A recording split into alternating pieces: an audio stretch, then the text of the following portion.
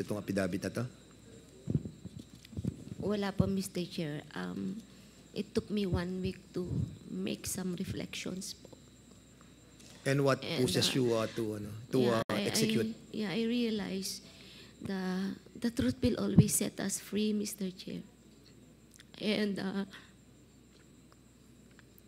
at least I will be able to contribute if we really want to make this country a better place to live and for our children. I think we have to do something para maibalik po yung trust sa PNP, magkaroon po ng reform sa PNP, and yung tiwala po ng mga tao, whether victims of criminals sa gobyerno. Kanina po may sinasabi kayo na natatakot kayo sa buhay niyo at sa pamilya niyo. Saan po kayo natatakot? Of course po, it's normal, Mr. Chair, when you speak the truth, you cannot please everyone. And it's normal to anybody to have that mixed emotion. But still, it took me 1 week to make reflections. And I realized I need to do my part po. Dahil po ba sa relasyon niyo sa nakaraang administrasyon kay former president?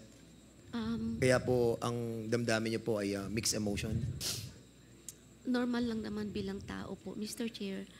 Pero what prevailed after a week of reflection is I always say the truth will always set me free. I want a better place, a better PNP, Mr. Chair.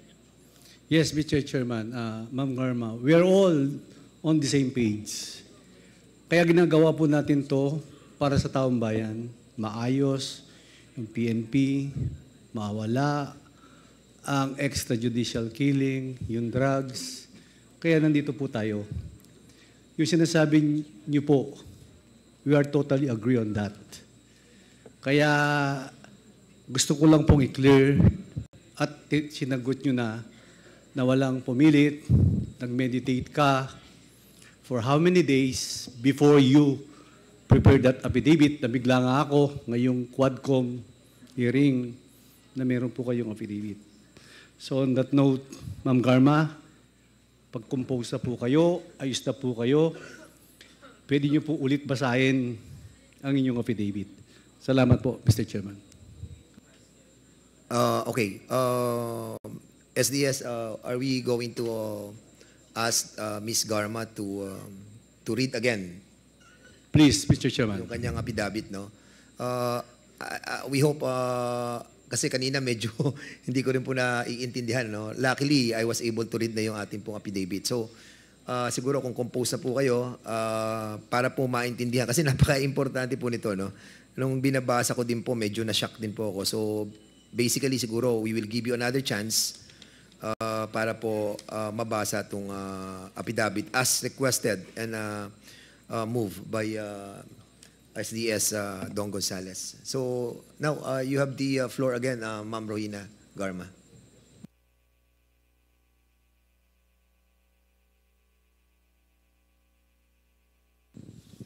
On September 12, 2024 and September 27, 2024, I was invited to serve as a resource person during the recent legislative inquiry conducted by the Joint Committee on Drugs. Ma'am, can you put the mic a little bit closer to your mouth, please? Yes, sir. During these hearings, I was asked several questions concerning my knowledge or involvement in the deaths of 3 Chinese inmates at the Davao Penal Colony and the death of General Wesley Barayuga, all focusing on the alleged extrajudicial killings of the aforementioned individuals. I was also questioned about my relationship with the former president, as well as my career as a police officer and my tenure as a GM of the Philippine Charity Sweepstakes Office. Throughout the hearings, I answered questions from the committee based on my personal knowledge. However, I did so with great apprehension as I recognized that my statements on national television could significantly endanger my life, the safety of my family, and others close to me. After considerable reflection, I am now executing this affidavit to provide a comprehensive information to the Quadcom. regarding everything I personally know about the war on drugs during the former administration. On May of 2016, I received a call from the then President Rodrigo Duterte at approximately 5 in the morning, instructing me to meet him at his residence in Doña Luisa, Davao City. I was already acquainted with then Mayor Duterte, having served as a station commander in one of the police stations in Davao during his tenure. During our meeting, he requested that I locate a PNP officer or operative who is a member of the Iglesia ni Cristo, indicating that he needed someone capable of implementing the war on drugs on a national scale, replicating the Davao model. The Davao model referred to the system involving payment and rewards. The Davao model involves 3 levels of payments of rewards. The first is the reward if the suspect is killed. Second is the funding of planned operations. Third is the refund of operational expenses.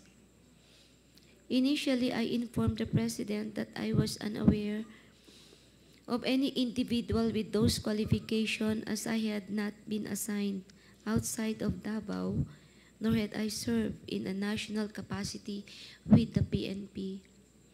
However, I recalled my upperclassman, Edilberto Leonardo, who was handling the Criminal Investigation Detection Group and was also a member of the Iglesia ni Cristo. I mentioned his name to the President. On the same day, a certain individual named Muking contacted me by the phone to request Leonardo's contact details, which I promptly provided. A week later, I learned from Arthur Narsolis via phone call that Leonardo had been summoned and was instructed to proceed to Royal Mandaya Hotel for a meeting. Leonardo informed me that he stayed at the hotel for 3 days, during which the President directed him to organize a task force similar to PAOK-TF. When Leonardo relayed this information and urged me to join the task force, I declined, citing my lack of experience in handling such operations. Leonardo subsequently informed me that he had prepared a proposal routed through Bongo outlining the task force operations, which would encompass Luzon, Visayas, and Mindanao.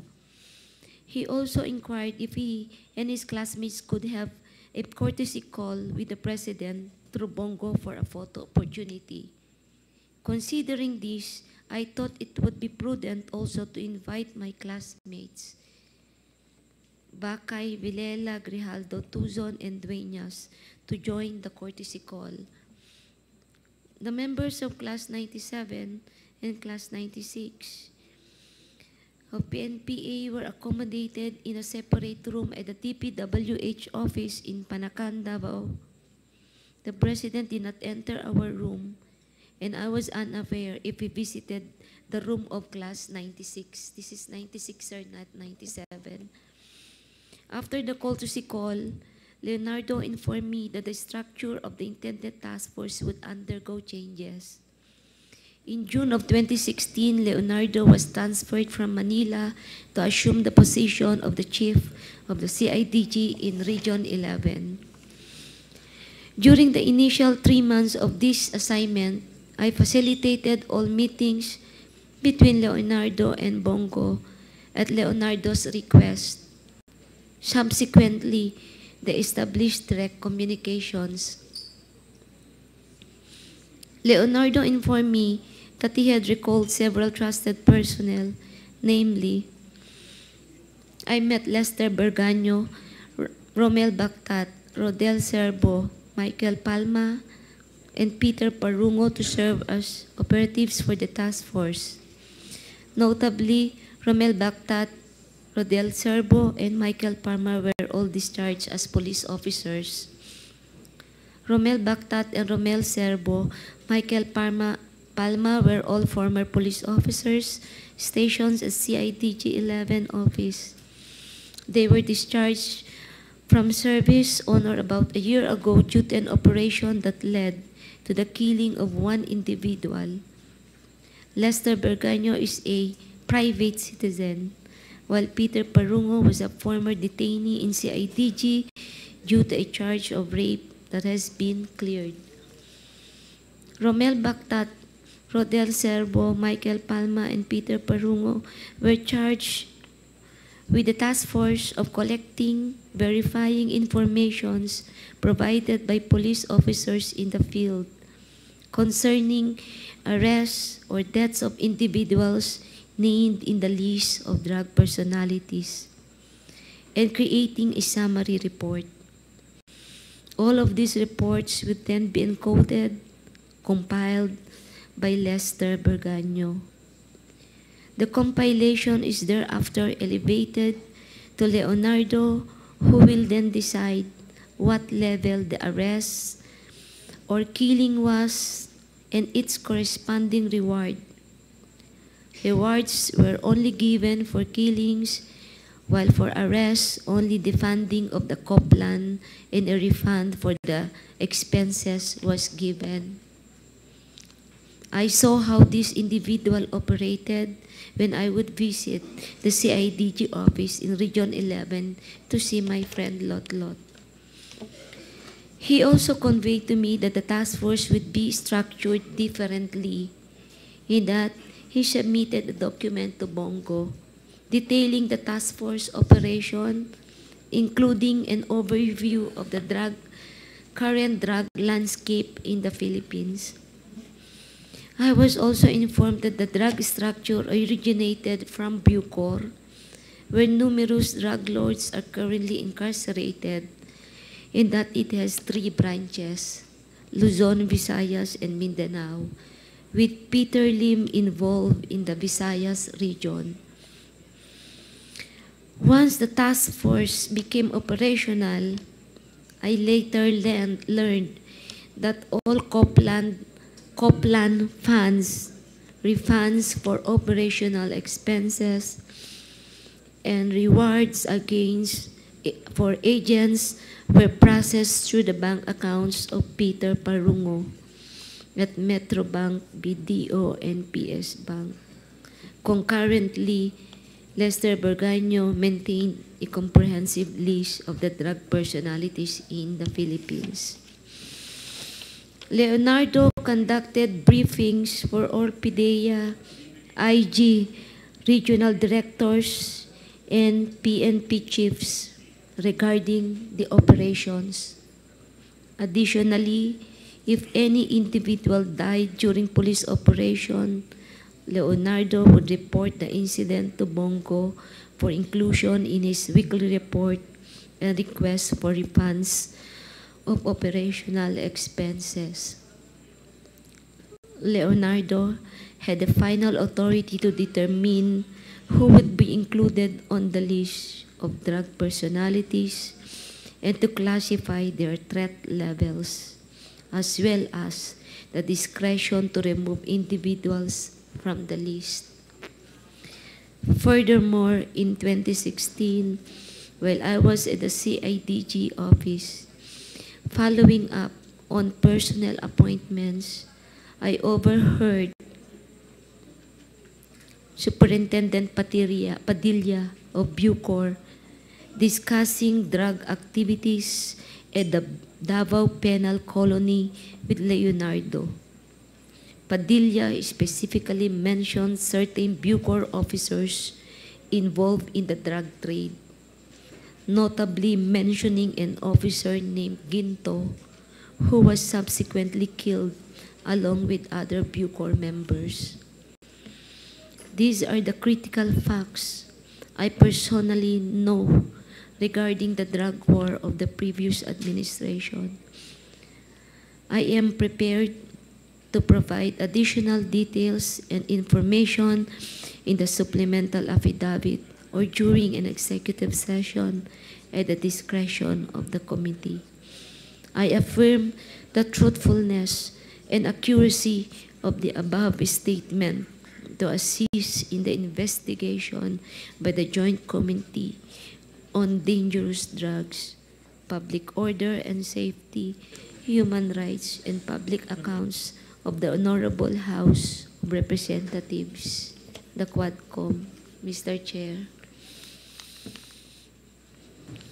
Tapos na po kayo, ma'am? Yes, Garma. Mr. Chair.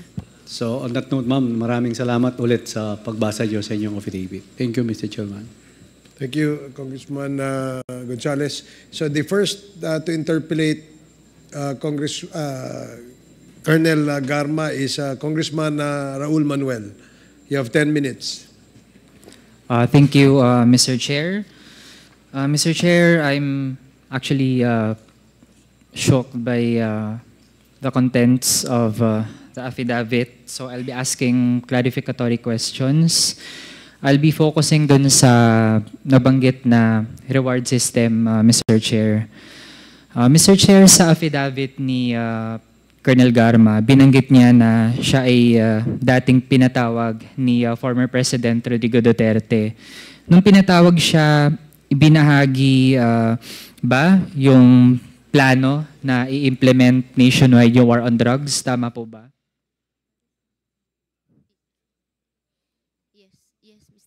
Yes, Mr. Chair. Mr. Chair, nung mayor si former President Rodrigo Duterte sa Davao, implemented na doon ang war on drugs based sa kung paano natin siya ngayon napoperceive. Tama po ba? Yes, Mr. Chair. Okay, Mr. Chair, at least ngayon, buti po ay na-admit iyon ni Colonel Garma dahil nung nakaraang mga pagtanong po natin ay hindi pa agad din yon na napuput on record dito sa komite. At least po ngayon ay alam na po natin talaga once and for all. Mr. Chair, nung station commander si Colonel Garma, nung panahon ni former President Rodrigo Duterte as mayor, ibig sabihin po ba nun ay, given her role, isa po siya sa mga nag-implement ng war on drugs sa Davao. Tama po ba iyon, Mr. Chair?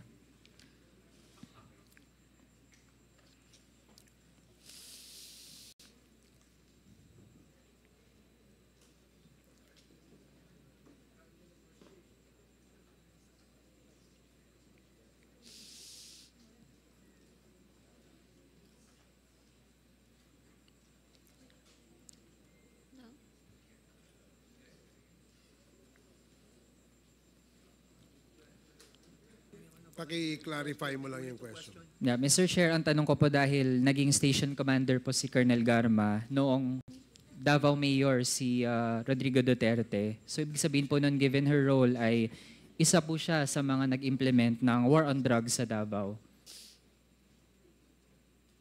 Yes, Mr. Chair. Mr. Chair, nag-implement po siya nun dahil kasama po siya dun sa mga na-mention kanina from NUPL, yung Davao Boys and Girls. Tama po ba, Mr. Chair? Mr. Chair, can I explain my answer, Mr. Chair, so that maintindihan po ni Congressman? Sige. Yes, Mr. Chair. Pakilapit lang po yung microphone Yes, sa inyong bibig. This is how it works actually.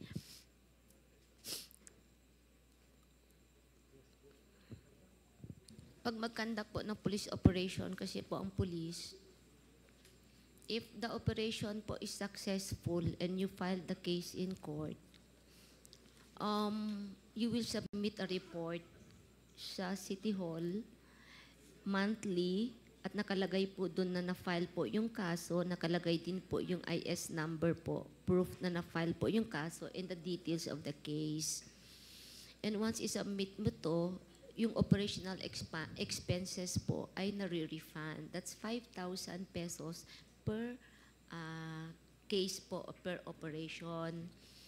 Ngayon po, kung malaki po yung operation mo at kailangan mo ng operational fund, gagawa ka ng COPLAN, you will also request po sa City Hall for the funding of the operation plan. Now, in case din po na nagkaroon po ng operation and subsequently po nagkaroon po ng death on the part of the suspects po during a legitimate operation, meron din pong corresponding amount po na binibigay, Mr. Chair. So that is how it works po. So, Mr. Chair, ibig sabihin ay totoo ngang merong Davao Boys and Girls na nagpatupad ng war on drugs. To confirm, Mr. Chair, tama po. Na yun yung mode of operations as described. Tama po ba? Yun yung kinakonduct, yun yung ginagawa nitong Davao Boys and Girls. Ganun po yung sistema po ng how you will refund yung operational expenses. Kung ano po yung tawag nila at ano po yung ipinangalan, ay for me, it's not relevant as long as yung process on how the funds are being provided po, yun po yung ine-explain ko lang po. If that is how po ang pag-perceive, that's how it is politically described po, then that's it po. Okay, Mr. Chair, dun sa reward system, kasi nasa affidavit din po, na nire-refund ang operational expenses, tapos may funding din para sa planned operations, ito yung co-plan, tapos may reward din kapag napatay yung suspect. Tama po ba, Mr. Chair? Yes po, Your Honor. Mr. Chair, may nakuha po kasi tayong impormasyon, although nung mga nakaraan ay parang haka-haka lang siya, pero ngayon na nag-hold tayo ng investigations ay nakakakuha po tayo ng mga sources na pagdating po dun sa reward system ay kapag ang napatay ay isang pusher, yun yung tinatawag na level 1, tapos 50,000 ang reward. Mako-confirm po ba yun ni Colonel Garma, Mr. Chair? Mr. Chair, I am not so familiar po sa specific amounts, but true, there is a amount po per level. I think Colonel Leonardo can explain po kung ano yung specific amount. Kapag baka magkamali po akong sasabihin na 50 nga o 100 o 1 million yun. But there is a corresponding amount per level, Mr. Chair. Sige. Mr. Chair, sa information na nakuha natin ay merong 4 na levels. Yung level 1 ay 50K para sa pusher. Kung napatay ay pusher. Kung big time pusher naman ay yun yung level 2, 100K. Tapos kung narco-cops, narco-politicians, or protectors ay 300 to 500K. Tapos kapag trader, manufacturer, chemist, yung mga ninja cops, or mga financiers, yun yung level 4, 1 million yung reward kapag napatay sila. Familiar po ba iyon kay Colonel Garma? Yung ganong leveling and amounts? May amount po, Mr. Chair, from what I understand, starting 20,000 to 1 million. But I'm not familiar sa mga bracketing po, Mr. Chair. Mr. Chair, yung 20K, yun po yung mga street level or mga small time na natatag na involved sa drug trade. Tama po ba? Most likely kasi yun po yung pinakamaliit na amount as far as that's I know, Mr. Chair. And to compare, Mr. Chair, yung mga napatay dun sa Davao Penal Colony ay dahil ang kanilang task di umano doon sa drug trade ay yung pagiging mga chemist. Kaya kapag ganun, level 4 sila. Kaya naging 1 million per head yung presyo, kumbaga, or yung reward para sa pagpatay sa kanila. Tas dahil 3 sila, kaya 3 million.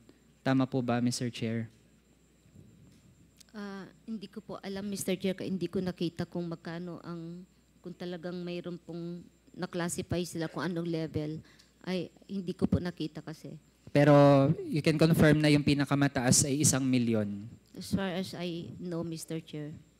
Okay, Mr. Chair, dun sa pag-i-implement ng war on drugs on a national level, dun sa pakikipag-usap ni Colonel Garma kay former President Rodrigo Duterte, sinabi ba niya na meron siyang layunin na yung Davao model ay i-implement sa buong bansa? May ganun po ba, Mr. Chair? Yes, Mr. Chair. And Mr. Chair, doon sa ganitong plano ay